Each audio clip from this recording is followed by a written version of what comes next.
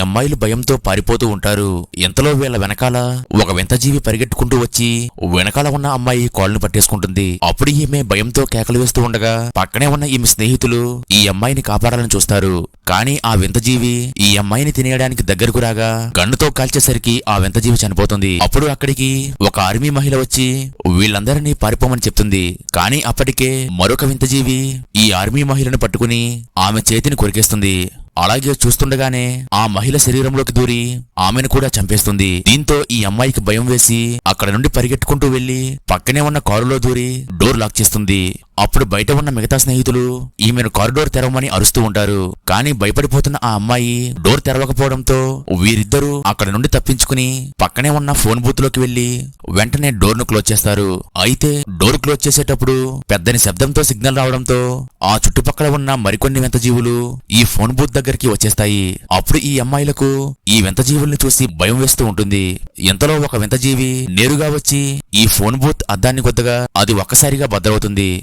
ఆ తరువాత ఈ అమ్మాయిలు ప్రాణాలతో బయటపడ్డారో లేదో తెలియాలంటే వీడియో లైక్ చేసి నెక్స్ట్ పార్ట్ అని కామెంట్ చేయండి.